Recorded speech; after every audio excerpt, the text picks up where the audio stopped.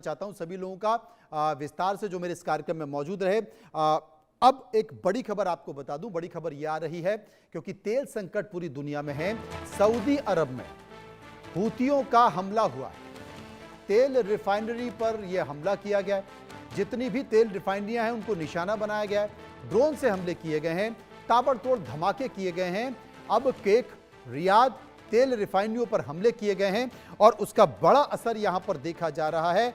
मैं आपको यह भी बता दूं कि लगातार मिडिल ईस्ट में जो तनाव है, उस तनाव में ईरान के समर्थन में हूती और तमाम विद्रोही जो हैं वो लगातार मोर्चा संभाले हुए हैं। सऊदी अरब पर हमला हुआ है, सऊदी अरब की तेल रिफाइनरियां जितनी भी हैं उनको निशाना बनाया गया है और ये निशाना किसी और ने नहीं बल्कि हूतियों ने बनाया है, जो कि ईरान के समर्थन में खड़े हुए हैं, ईरान के साथ कंधे से कंधा मिलाकर उसका सपोर्ट कर रहे हैं, उसके लिए लड़ाई लड़ रहे हैं। और ईरान लगातार सऊदी अरब में भी उन इलाकों में हमले कर रहा है जहां पर अमेरिका के बेस बने हैं, युद्धपोत के बेस बने हैं, तमाम उनके जो फाइटर जेट के बेस बने हुए, डिफेंस के अड्डे बने हुए हैं। लगातार ईरान भी वहां पर हमले कर रहा है। लेकिन तस्वीरें आप देख सकते हैं, जो तस्वीरें आपके सामने आ रही हैं, ये तस्वीरें तेल रिफाइनरी की हैं जहां पर हूती एक के बाद एक हमले कर रहे हैं, ड्रोन से हमले किए गए।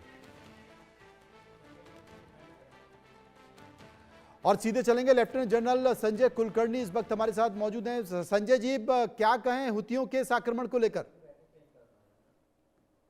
भाग्यपूर्ण है, बिकॉज अगर आप देखें कि किस प्रकार से ईरान ने पूरे मध्य मिडल ईस्ट के अंदर हम देखते हैं कि सऊदी अरेबिया और यूएई इन दोनों देशों पे हमला नहीं किया है और बाकी खाड़ी के देशों पे हमला हुआ है। लेकिन जिस प्रकार से हूदी और अब सऊदी अरेबिया के बीच में जो लड़ाई चल रही है, जिस प्रकार से हूदी अब लगातार सऊदी अरेबिया के रिफाइनरीज के ऊपर हमला करने की कोशिश कर रहे हैं, बबल मंदेब से जहाजों को गुजरने नहीं देने की बात कर रहे हैं, तो इससे तो पूरा संकट और गर्मा जाएगा। क्योंकि हम देखते हैं कि अमेरिका और ईरान के बीच में 3 दिन से तकरीबन कहीं ना कहीं शांति है, जिससे तेल के भाव गिर रहे हैं। लेकिन अगर इस तरह की कार्रवाई फिर से शुरू हो जाएगी और बबल मंदेब यानी कि रेड सी के ऊपर भी और वहां पे स्टेट ऑफ हॉर्मुज के ऊपर भी, तो आप समझ सकते हैं कि विश्व में एक जगह से 20% का तेल गुजरता है, दूसरे इसमें बबल मंदेब से 15% तेल गुजरता है, तो पूरे विश्व में तेल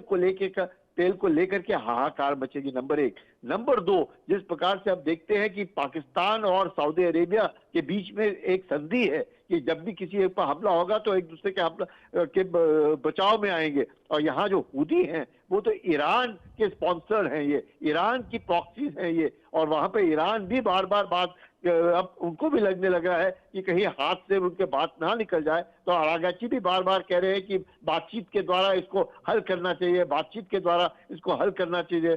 तीसरी बड़ी बात, हम देख रहे हैं कि ट्रंप जो हैं वो बार बार कह रहे हैं कि हम सऊदी के साथ न्यूक्लियर एक तरीके से संधि बनाएंगे, चाहे वो आर्मामेंट का ना हो, न्यूक्लियर एनर्जी के लिए हो। लेकिन ये सब बातें को देख करके इजराइल जो है वो भी अब उसको भी एक तरीके से परेशानी हो रही है कि ईरान में न्यूक्लियर को लेकर के जिस प्रकार से बातचीत हो रही है और उसके बरखिलाफ है वो, और अब अमेरिका सऊदी अरेबिया के साथ न्यूक्लियर की बात कर रहे हैं। तो अब मुझे लगता है धीरे धीरे करके ये पूरे खाड़ी के देशों के बीच में जो एक तरीके से माहौल है वो बहुत बिगड़ रहा है, और इस बिगड़ते माहौल को देखते हुए पूरे विश्व में तेल को लेकर के हाहाकार मचेगा। और इतना ही नहीं, अब देख रहे हैं कि यूक्रेन ने कहीं हमला किया है ईरान के शिप के ऊपर, तो वो अब ईरान कह रहे हैं कि हम यूक्रेन के साथ हमला बदला लेंगे। तो अगर इस तरीके से सारे देश खाड़ी के देशों में आकर के लड़ना शुरू करेंगे तो मुश्किल है, पूरे विश्व भर में हाहाकार तेल, हाहाकार बाकी गैस,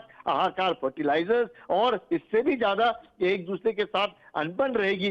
बातचीत को छोड़ करके अगर हम एक दूसरे को बम बरसाने लगेंगे तो मुझे नहीं लगता है कि कहीं पर भी कोई बहुत जरूरी है कि हम सब मिलकर के शांति पूर्वक टेबल पे आकर के बात करें। देखिए क्या परेशानी है। हाँ, ईरान ने यकीनन यहाँ करना चाहिए कि हूदी हुए, हिजबुल्ला हुए, हमास हुए, जो इनके अपने के प्रॉक्सीज हैं, उनके ऊपर संयम बरतने की बात करें और उनको कहें कि अब बातचीत बंद होनी चाहिए, इस बातचीत शुरू होनी चाहिए और बम्बार्डमेंट बंद होना चाहिए। इस तरह की आतंकी जो गतिविधियां हैं वो भी बंद होनी चाहिए, और अमेरिका ने भी संयम बरतना बहुत जरूरी है। अगर लगातार ईरान के ऊपर इस तरह से बम बरसाएंगे तो ईरान भी एक पुरानी सभ्यता है वो भी जिस प्रकार से शहादत को लेकर के वो लड़ने के लिए वो खड़ा है और उसका मनोबल ऊंचा है, तो ये सबको देखते हुए मुझे लगता है बहुत जरूरी है कि यहूदी जो है इस तरीके से कार्रवाई ना करें। लेकिन वहां पे एक तरीके से बहुत कैच 24 सिचुएशन, कैच 22 सिचुएशन है, क्योंकि हुदीज को लेकर के यमन और सऊदी अरेबिया और उधर से यूएई जो उनका सदर्न रेजिस्टेंस मूवमेंट है, तो ये सब के सब मिलकर के कहीं ना कहीं बहुत भयानक एक स्थिति उभर सकती है। बहुत जरूरी है बातचीत के द्वारा मसला हल होना चाहिए, नहीं तो विश्व भर में बहुत जबरदस्त एक सीरियस सिचुएशन हो जाएगा। इसका हम लोगों को आभास नहीं है। तेल तो छोड़िएगा कि तेल की कीमतें बढ़ जाएंगी, गैस नहीं मिलेगा, फर्टिलाइजर नहीं मिलेगा, लेकिन अगर हाथ से बात निकल गई तो सब एक दूसरे का हमला करेंगे, तो ये बहुत मुश्किल होगा। बातचीत ही एक जरिया है जिससे कि इसको हम रोक सकते हैं। थैंक यू जी, बहुत बहुत शुक्रिया करेंगे लेफ्टिनेंट जनरल संजय कुलकर्णी का, जो विस्तार से इस पूरे मामले पे हमें समझा रहे थे कि कितना बड़ा वैश्विक संकट यहाँ पर खड़ा होने वाला है। फिलहाल खबरों के सफ़र में इतना ही, बाकी की खबरों के लिए आप चलते रहिए इंडिया न्यूज़ के साथ। मुझे दीजिए इजाज़त, नमस्कार।